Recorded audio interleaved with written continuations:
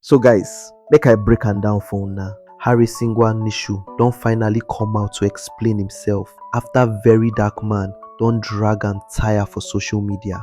The main matter na say VDM accuse Harrison of collecting money from people. We dey talk about 2.2 million naira for land recovery matter and another 600,000 naira for reverend father case wey Harrison no handle well. But wait o, Harrison tok say the Franklin land matter na 2022 issue wey he dey try resolve. He claim say he don already pay Franklin 1 million naira out of the money, 500,000 naira in November, another 500,000 naira in December. He even show proof of the 500,000 payments. My name is Harrison Gwamnishu. I want to thank every one of you for reaching out to me. Those of you commenting on my page, dropping messages, calling me, and everything. God bless you so much.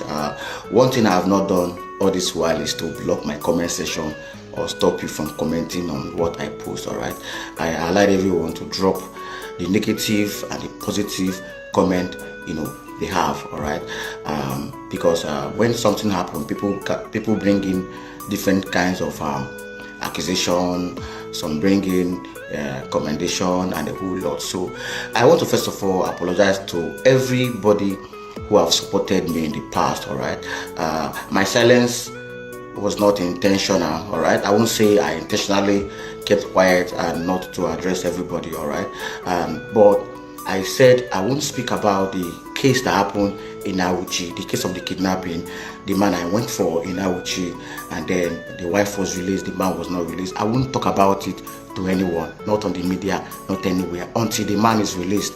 That's when I will speak, and I believe that has been my stand. All right, but recently I've seen VeryDarkMan came to social media to post about 2 or 3 cases, things that happened in the past, like 2022 below, that happened in the past. All right, trying to bring it up to because of what happened, this kidnapping case that happened. So fine, this one happened in 2022.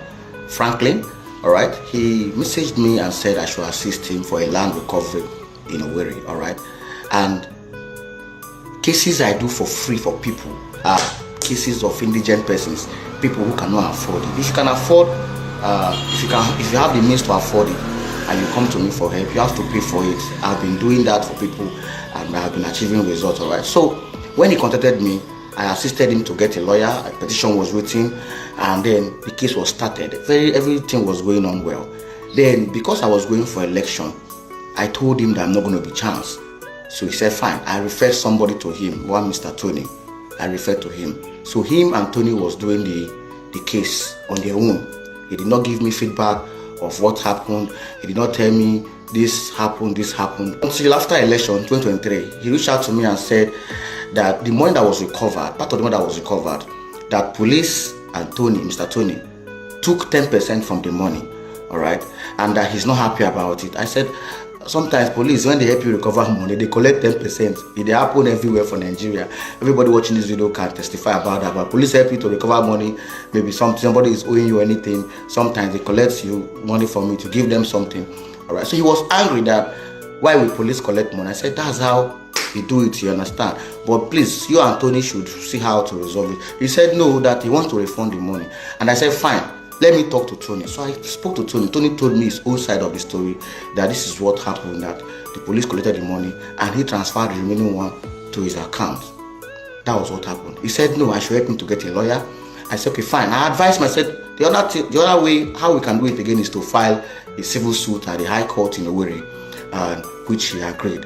And I said, fine, since you want to make a case now, the money that you collected from Tony, possibly send it back to them. He accepted.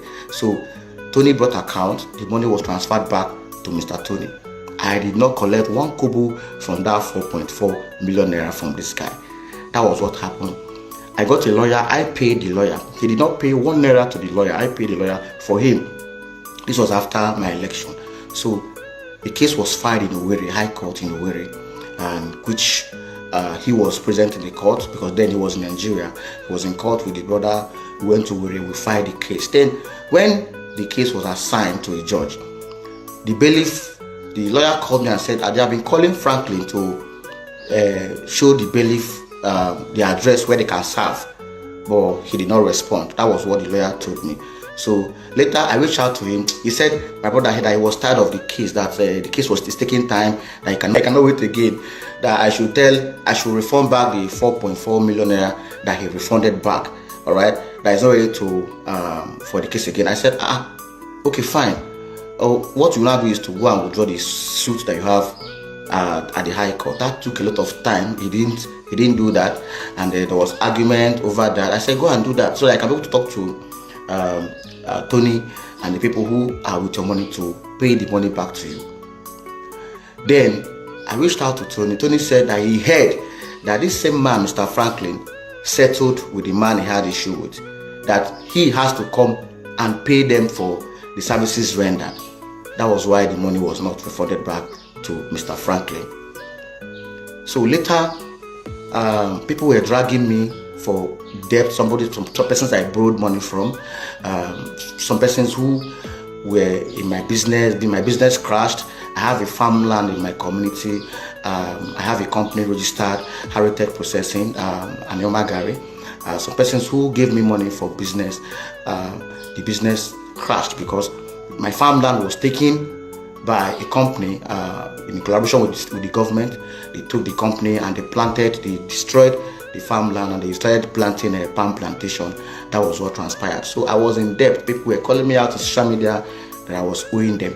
And then the Franklin also went on that trend where it was dragging me on the social media too. This was in 2023, after the election, heading to 2024. So, and I reached out to him. I said, this thing you are doing, you think is the right thing to do? I'm not the one that took your money. He was still calling me scam via on WhatsApp. Then a petition was written for him, submitted in Abuja. The IGP, the office of the IGP, submitted a petition to CP Delta State to act on. I was invited by the police. I went to the police station. The session is a general investigation. It's still CID Asaba. I wrote my statement. I think the Stoney was also invited. He made his own statement. And they said they will call me immediately Franklin arrives Nigeria. See, nobody has ever called me to say this is how the case is going, or this is what Franklin is saying. So later I got a call last year from Barrister Deji. Deji also added me on conference call with Franklin that that Franklin reported the case, and I explained my own part to Barrister Deji. And Deji said, because of my name, and since I was the one who brought Mr. Tony, let us see how we can resolve it together. I reached out to Mr. Tony on this same matter. The man was very ill. The money cannot be able to provide the money any longer. The man heard one thing, that since Franklin went behind to resolve with the man, that Franklin has to pay him some of certain money for his services rendered to him, because because of him that the money was recovered. So that was what transpired. So after I spoke to Deji, I also reached out to him on WhatsApp. I said, okay, fine, let me see how we can go. Let me talk to Tony and see. He was not even hearing it. He said, no, that I will pay the money. I said, there's no problem. Around October, I think 28, 29, Coco P reached out to me and said, Franklin messaged him and said I scammed him. I reached out to Coco P and told him what transpired. All right. Then I called, me and Franklin spoke on the phone, and we agreed. I said, okay, fine, I'll be paying you. Let me be the one to take care of this debt that Mr. Tony is paying, because all this while you have been the one you have been dragging everywhere. So let me start paying you monthly. So this was October. The first month was supposed to be November. I paid him 500,000 naira. He did not complain.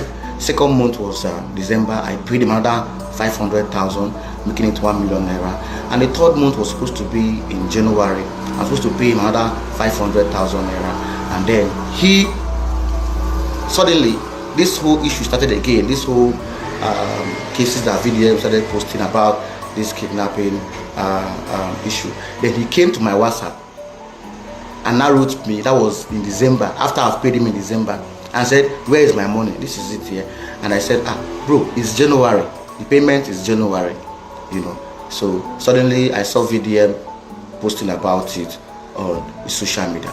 That was what happened between me and Franklin on this one. All right. So the second case happened in May 2025. Once Sarah reached out to me via Instagram saying that her brother was very ill somewhere in Cross River State, that is in the house of a reverend father, that the reverend father borrowed the father money, and the reverend father refused to release the boy. I called the reverend father and Sarah on conference call, and I received a message from a lady named Sarah. She told me her father used her brother to take a loan from a reverend father somewhere in Cross River State. All right. So I asked her again. I said, for what purpose? He said she doesn't know, but they have gone to the reverend father church, and then the man refused to give them the brother, and the brother is seriously ill. She sent me pictures of the injury. You see the boy's leg. This is the boy's leg. This. All right. So I requested for the. Yeah, how are you? You said. Who did you add up now? Okay. You said the reverend father is owing your father is owing the reverend father. Yes. How much? Okay, who did you add up? Who is the person? What's your name? Sarah. Yes, I'm Sarah. Okay. Sarah. How are you? Fine, sir.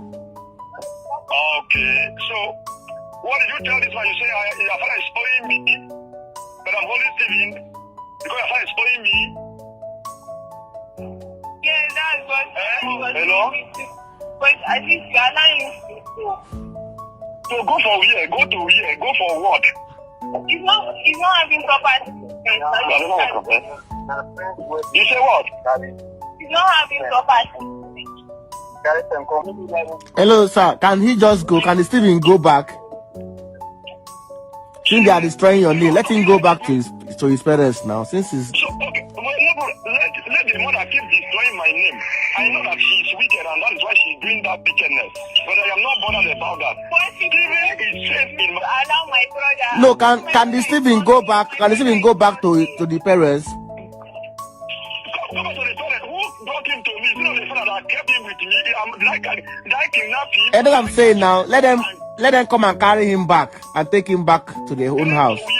Carry him to where? To their house now. He's not having proper treatment. You should come and carry him in shopping. That's how you chase my mom out of that place. Father was not able to explain why the boy was still being held in his house.